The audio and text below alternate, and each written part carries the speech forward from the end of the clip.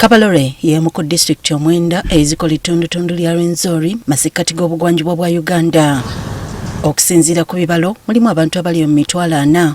District eno erimu amasomero 105 agali ku nteekateeka ey'obwannannyini ate aga gavumenti gali 48 ku mutendero gwa primary, ogwa senior ag'obwannannyini gali 20, aga gavumenti gali 6 gokka.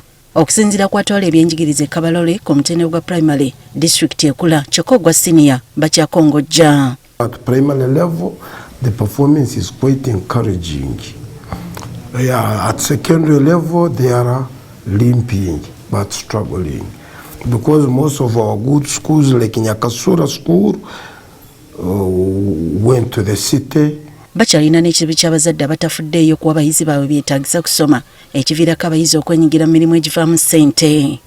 Okatugambe ng'abaana abawala okubagulira pads, ebizigo, kati abazadde obatabawa bintu ebyo abaana bagenda kubyenoonyeza. Many of them, they get pete jobs like working in the shambas. Some of them, you find them as house girls and so many other things. We also have what we call local trafficking, human trafficking. They get children from villages or rural areas to urban setup and allow them to be workers. But when they reach here, they take them to work as store workers. Bwekituuka ku bawala abamu bafuna n'embuto ne bafundikira nga bazadde ku myaka emito. Waliwo abazadde omwana obwafuna olubuto bagenda ne batuula ne baagala okubikola ki okubimalira eyo. Abasajja abenyigira mu muze guno bagamba nti olubatwala ku poliisi balabirawo nga bakomyewo ku kyalo bataayaaya. Bikyagaanye naye obuzibu buva ku gundi. Obwobatwala mu gundi ng'eyo nga ku poliisi balina engeri zaabwe ezibakola eyo oyasanga bamaze okuvaayo ate. Bwetwogedde n'ayogerera poliisi e Kabalole ku lukomo lw'essimu, Vincent Twesige agambye nti bafuba okulaba nga bakola ebikwekweto okufuza abalemesa abaana okusoma. When we find out, we always intercept and we call upon parents to take back their children to school and also stop with disease from the people or the community which would have given work or employment to these young children. Tubeera n'enkungaana ntubulira abantu bano. Tubagamba abaana balina okufuna kubawo obudde basome bakule ate bafune embuto bakyali bato bafuniramu ebizibu bingi. Actually, we have a program which we call Go Back at School. We always go. We have community barazas to talk to the children so that they can go back at school. Eri amasomero agagoba abayizi olw'ebisale atwala ebyenjigiriza Kabalole Joseph Lujumba agamba abakola kikyamu kubanga teri ssomero lya gavumenti lirina kusasuza muyizi yenna. Government schools call it USE, which is secondary level, Wupolet, that is A level, and UPE.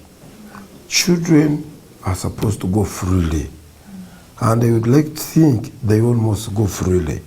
Kyokka akubiriza abazadde bulijjo kuwa abaana baabwe bikozesebwa mu kusoma. We talk about uniform, we talk about books, we talk about pens, we talk about meals. Who should give them? I believe it should be parents. We don't allow them to send them away because if the parent cannot afford uniform, let the child put on second-hand clothes.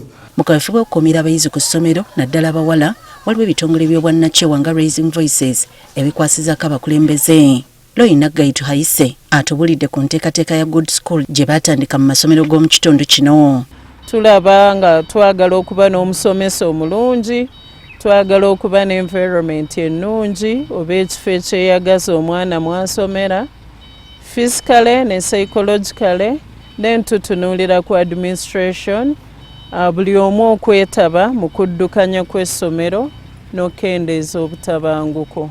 To training aba teachers, head teachers, batufunira aba teacher babiri mu ssomero betukola nabo, our focal teachers. Okwawukanako n'ensoma ya bulijjo muno omuyizi aweebwa omukisa okwenyigira mu bye bayiga ekimuviirako okunyumirwa by'asoma. Tubatendeka ne bakozesa engeri ez'enjawulo okwedisciplininga nga tebakutta kibooko.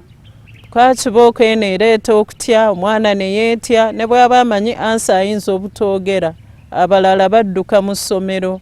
Kati okuva mu mwaka gwa 2014 bwe yatandika e Kabalole ebibala birabwako. Bw'olabira ddala okuva ku P1 up to P7, enrollment y'abawala nnyingi nnyo. So abaana bongedde okwagala essomero kubanga ba teachers babawa obudde, babawuliriza, bakendeezaako okkuba mu masomero, so omwana osanga ku ssomero ayagalayo. N'omuwendo gw'abayizi abawala abawanduka mu ssomero bagamba gukendedde. If you go to Kiburara, if you go to Kinyankende, quite a number of schools, actually, you would even say the reverse is true. The boys are dropping out than girls. Wabula nga balwanirira omuwala okusigala mu ssomero n'omulenzi tebamulese ettale. With us, we advocate for everybody because everybody must go to school. Susan Nanyanzi, Agafeeyo, ku Spark TV.